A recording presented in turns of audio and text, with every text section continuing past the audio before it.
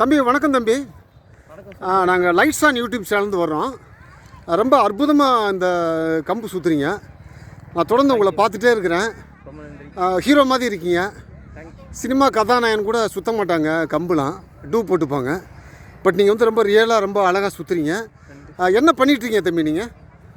இப்போ வந்து college second year படிக்கிறேன். என்ன படிக்கிறீங்க? எந்த காலேஜில்? Hindustan uncle, BSc computer science. ஓ, படிச்சுட்ருக்கீங்க. எவ்வளோ வருஷமாக கற்றுக்கிட்டீங்க தம்பி இந்த கம்பு பயிற்சி? நான் ஒரு செகண்ட் ஸ்டாண்டர்ட் ஃபர்ஸ்ட் ஸ்டாண்டர்ட்லேருந்து கற்றுட்டுருக்கேன். ஓ ஓ ஓ மாஸ்டர். ஓ ஓ ஓ கிளாஸ் போயிட்டு இருக்கு. Okay okay okay okay. Master பேர் என்ன? தேவராஜ். Okay okay okay. அவர் தான் உங்களுக்கு மாஸ்டர் இல்லையா? எப்படி டைம் உங்களுக்கு கிடைக்குதா? ஆனால் காலேஜுக்கு போயிட்டு வந்துட்டீங்க, எப்படி நீங்கள் அந்த பயிற்சியில் ஈடுபடுறீங்க? College 6 to 7 class uncle. 6 to 7 class முடிச்சுட்டு 7:30 காலேஜ் போகணும். சரி. 7:30 போயிட்டு திருப்பி ஈவினிங் வந்துட்டு திருப்பி கிளாஸ் ஸ்டார்ட் ஆகும். ஓ. இப்போ நீங்கள் இந்த பயிற்சியை வந்து மாஸ்டர் சொல்லிக் கொடுக்குறத பண்ணுறீங்க இல்லையா? தனிப்பட்ட முறையில் நீங்கள் வந்து இந்த பயிற்சியை பண்ணுறீங்களா? வீட்லையோ வெளியிலையோ பண்ணுறீங்களா?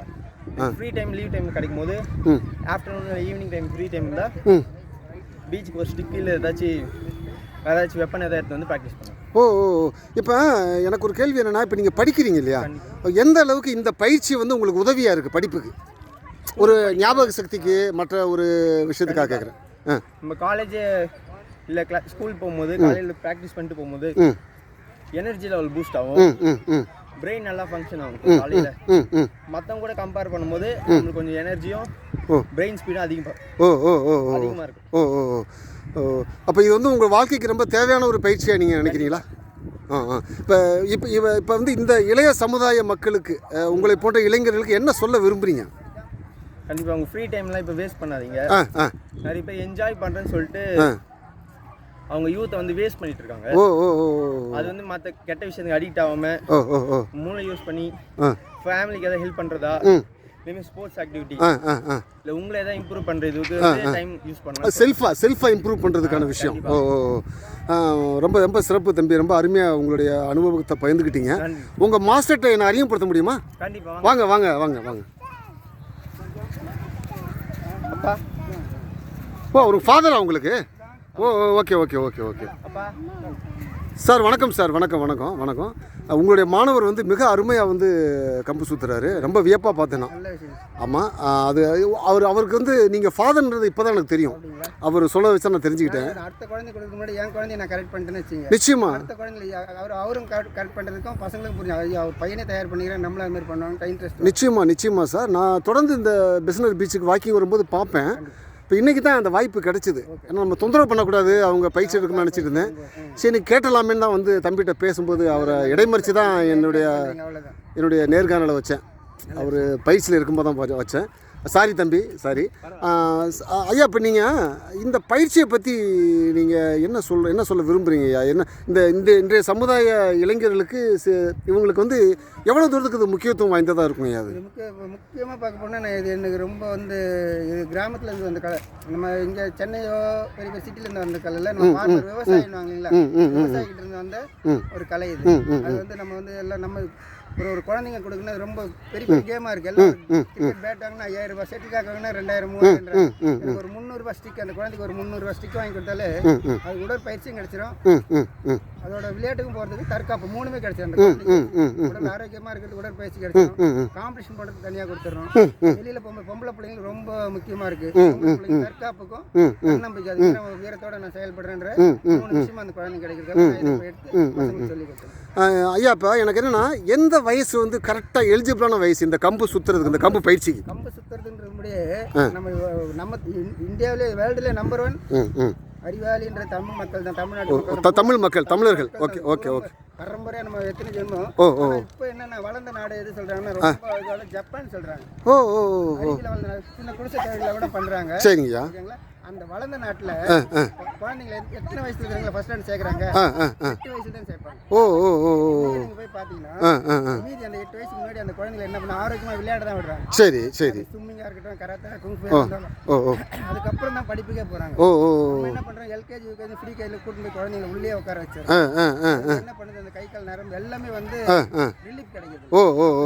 எனக்கு வந்து 5 வயசுலேருந்து 6 வயசுக்குள்ளே கொண்டு வந்து விட்டிங்கன்னா 6 வயசுல 90 வயசு ஆளாக இருந்தாலும் அதை நாங்கள் கற்றுக் கொடுத்துருவோம். இன்ட்ரெஸ்ட்டாக வந்து கற்றுக்குவோம். கற்றுக்கிறது முன்னாடி இந்த கற்றுக் கொடுக்கும்போது அந்த குழந்தைங்களுக்கு உள்ள ரத்தத்தில் இருக்குது கலைன்னு ஒன்று இருக்குது, பாரம்பரிய கலை இது உள்ள இருக்குது. நாங்கள் அதை தூண்டி விட்டு கற்றுக் கொடுக்குற வேலை தான் எங்களோட. ஐயா இப்போ எனக்கு என்னென்னா இந்த பயிற்சிக்கு முடிவுன்னு இருக்கா? இப்போ சில பேர் ஒரு காலேஜில் போய் படிக்கிறாங்க, 3 இயர்ஸ் டிகிரிங்க உங்களுக்கு கொடுத்தாச்சு அப்படின்னு சொல்லி அவங்க அந்த டிகிரி வாங்கிட்டு வந்துடுறாங்க இல்லையா? அந்த மாதிரி இந்த கம்பு பயிற்சிக்கு, கம்பு சுற்றுறதுக்கு முடிவு இருக்கா இல்லை முடிவில்லாத பயிற்சி அது? என்ன கேட்டீங்கன்னா என்னோட முடிவு எனக்கு தெரியுமா? முடிவுனா என்ன தெரியுங்களா? ஆயுஷ் தான். அப்போ அந்த ஆயுஷ்ல நான் சுறுசுறுப்பாக இருக்கணும் வேணாம்? கண்டிப்பாக இருக்கணும். அப்போ அந்த சுறுசுறுப்பாக இருக்கிறது ஒரு பயிற்சி வேணும். ஒரு பயிற்சிக்கு ஒன்று நடைப்பயிற்சி பண்ணலாம், நடைப்பயிற்சி பண்ணலாம். இது இந்த எல்லாமே இந்த ஸ்டிக்குள்ளே கொம்புக்குள்ளே அடங்கிடுது. வேணான்னு எனக்கு எப்போ விடுறது, இது வந்து ப்ரொஃபஷனலாக கொண்டு போனால் வேணான்னு விட்டுறலாம். சரி சரி. ஒரு 40 வயசு வரலாம் விளையாடுவாங்க, ஒரு 30-35 வயசு வரல கூட விளையாடுறாங்க. சரிங்க. அதனால அவங்களுக்கு விளையாடணும்னு ஆர்வம் இருக்கும். ஓகே. உடல் ஒத்துழைக்கும். Okay okay okay. அது முடிஞ்சிடும். Okay okay. ஆனால் அதே பிளேயர்ஸ் வந்து விளையாடிட்டு தான் இருப்பாங்க, ப்ரொஃபஷனலாக போக முடியாது. ஓகே. அவர் கற்றுக்கிட்டு பண்ணுறது உடற்பயிற்சிக்கோசம் அதை பயன்படுத்துவாங்க. உடற்பயிற்சிக்கோசம் நான் இருக்கிற வரலாம் காலமே கிடையாது. நான் 5 வயசுல ஆரம்பிச்சுன்னா எனக்கு 60 வயசு வரல நான் வாழ்ந்துட்டேன்னா 60 வயசு வரல என் கூட அந்த ஸ்டிக் கூட இருந்தால் தான் எனக்கு திருப்தியாக இருக்கும், நிம்மதியாக இருக்கும். அதனால இதுக்கு முடிவு ஒன்று கிடையாது. நிறைய லெசன்ஸ் இருக்கு. ஸ்டிக் எடுத்து முடிச்சாங்கன்னா அதுக்கப்புறம் டபுள் ஸ்டிக்கிங் கொடுப்போம். அதுக்கப்புறம் வேற சுருள் இருக்கு, வால் இருக்கு, மாடி இருக்கு, வேல் கொம்புன்னு இருக்கு. இதெல்லாம் கத்துக்கிறது பல வருஷங்கள் ஆகும். ஆனா பேசிக்கா பசங்களுக்கு உடனே அந்த இன்ட்ரெஸ்ட் போகக்கூடாது. ஒரு காம்படிஷன் ஓரளவுக்கு ஒரு 6 மாசத்துல ஒரு காம்படிஷன் பண்ணிடும். பண்ணாதான் அவங்க சர்டிஃபிகேட் மெடல் போகும்போது வாங்க எல்லாருக்கும் ஒரு கை தட்டல் ஒரு உற்சாகப்படுத்தும் போது சர்டிஃபிகேட் மெடல் வாங்க அந்த குழந்தைங்களுக்கு ஆட்டோமேட்டிக்கா இன்ட்ரெஸ்ட் வந்துடும். அவங்கள விட்டு போக மாட்டாங்க இதை கத்துக்கணுன்றதுக்கு. ஆனா முடிவுன்றது இல்லை, முடிவு நம்மளா முடிவு பண்ணாதான். ஐயா இப்போ உங்கள் சன் வந்து இப்போ உங்கள் பக்கத்தில் நிற்கிறார் இல்லையா?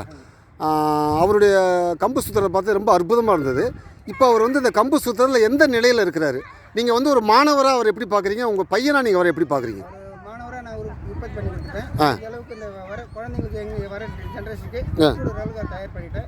ஆனால் அவருக்கும் கற்றுக்க வேண்டியது இன்னும் இருக்குது. அவரை தயார் பண்ணுறது இன்னும் நிறைய. ஆனால் இருக்கிற குழந்தைங்களை தயார் பண்ணுற அளவுக்கு அவர் ரெடி பண்ணுறாரு. அவர் காம்படிஷன் போயிட்டு இருக்காரு, டிஸ்ட்ரிக்ட் வின் பண்ணிட்டாரு.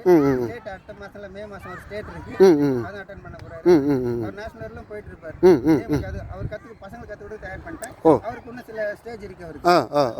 அவர் என்ன மாதிரி அவர் தனியாக ப்ரொஃபஷனலாக பண்ணிக்கும். ஐயா இன்னொரு கேள்வி என்னென்னா, இப்போ உளவியல் ரீதியாக பார்த்தா நிறைய சின்ன பசங்களாக இருக்கட்டும் ஒரு மாதிரி எரிச்சல், கோபம், வேகம் இந்த மாதிரிலாம் இருக்கிறாங்க இல்லையா?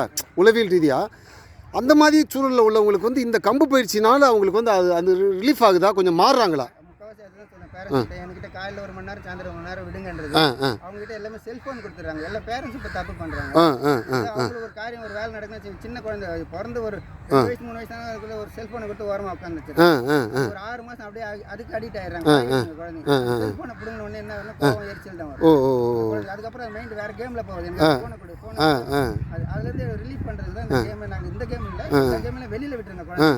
விளையாட ஓடி ஆடி விளையாடுறது வெளியில விட்டு எல்லா கேமும் விடுங்க, வெளியில விடுங்க. ஒரு 2 மணி நேரம் ஈவினிங் மார்னிங் வெளியில விட்டாலும் அவங்களுக்கு ஒரு டயர்ட்னஸ் வரும். டயர்ட்னஸ் வந்தோன்னா பசிக்க ஆரம்பிச்சிடும். என்ன பண்ணுவோம், தூங்க ஆரம்பிச்சிடும். கொடுக்க வேண்டிய ஒரு ஆர்டர் இது. தூங்க விடாத 12-1 மணி நேரம் செல்போனை கொடுத்துறீங்க. கை காலெல்லாம் இப்படியே வச்சுட்டு செல்போனே அது குழந்தைங்கள அது நீங்கள் சொல்கிறபடி பார்க்கும்போது என்னென்னா, குழந்தைங்க கையில் செல்ஃபோனை கொடுக்குறதுக்கு பதிலாக ஒரு கம்பை கொடுத்தீங்கன்னா அவங்களுடைய வாழ்க்கையில் வந்து சுறுசுறுப்பாகவும் உற்சாகமாகவும் தன்னம்பிக்கையோடு அவங்க வந்து வளருவாங்க நீங்கள் சொல்கிறீங்க, அப்படி தானே? வேறு இந்த லைட்ஸ் ஆன் யூடியூப் சேனல் நேருக்கு என்னையா சொல்ல விரும்புகிறீங்க? இல்லை நீங்கள் போல இந்த இது மாதிரி என்கரேஜ் பண்ணுங்க. நாங்கள் பண்ணிட்டு இருக்கோம். நீங்கள் தேடி வந்து எங்களை என்கரேஜ் பண்ணி இதை பார்த்து எடுத்து நாங்கள் இதை போட போகிறோம். மக்கள் உங்களை அதை இன்னும் நிறைய பார்ப்பாங்க. பார்த்து அது உங்களுக்கு நாங்கள் ஒரு தேங்க்ஸ் சொல்கிறோம் என்கரேஜ் பண்ணதுக்கு. சேனல் மேலும் மேலும் வளர்றதுக்கு சில மக்களாக எல்லாம் அவர் ஆதரவு கொடுத்து அது பார்த்து அதுக்கு லைக் போட்டு அது பண்ற அவரும் ஒரு ஒர்க் பண்றாரு. அதுக்கு ஒரு லைக் பண்ணுங்க, பார்த்துட்டு அப்படியே விட்டுறாதீங்க. லைக் பண்ணி பாருங்க, அவர் போட்டுக்கிறத பாருங்க, ஒரு லைக் பண்ணுங்க. ரொம்ப நன்றிங்கய்யா. இது வரைக்கும் ரொம்ப உபயோகமான உங்களுடைய அனுபவத்தை நீங்கள் சொன்னீங்க. இன்றைய இளைய சமுதாயத்துக்கும் அடுத்தடுத்த காலகட்டத்தில் எப்படிலாம் இருக்குன்றதுக்கான விஷயங்கள்லாம் நீங்கள் சொன்னீங்க. கம்பு பயிற்சியை பற்றி நீங்கள் ரொம்ப அருமையாக சொன்னீங்க. அதனுடைய நிலைப்பாடை பற்றி நீங்கள் சொன்னீங்க. தம்பி உங்களுக்கும் வந்து என்னுடைய நன்றி. மிக அருமையாக வந்து நீங்கள் வந்து கம்பை வந்து சுழட்டி மக்கள் தங்க எம்ஜிஆர் மாதிரி சுற்றினீங்க. எனக்கு அவருடைய படங்கள், நான் எம்ஜிஆருடைய ரசிகன்னா அவருடைய படம் தான் எனக்கு ஞாபகம் வந்தது நீங்கள் சுற்றும் போது. இன்னும் நீங்கள் வந்து மென்மேலும் வந்து உங்கள் வாழ்க்கையில் நீங்கள் சாதனை படைக்க லைட்ஸ் ஆன் யூடியூப் சேனல் நேயர்கள் சார்பாக வந்து நான் வந்து உங்களுக்கு நன்றியை சொல்லிக்கிறேன். ரொம்ப நன்றிங்க ஐயா. நன்றி.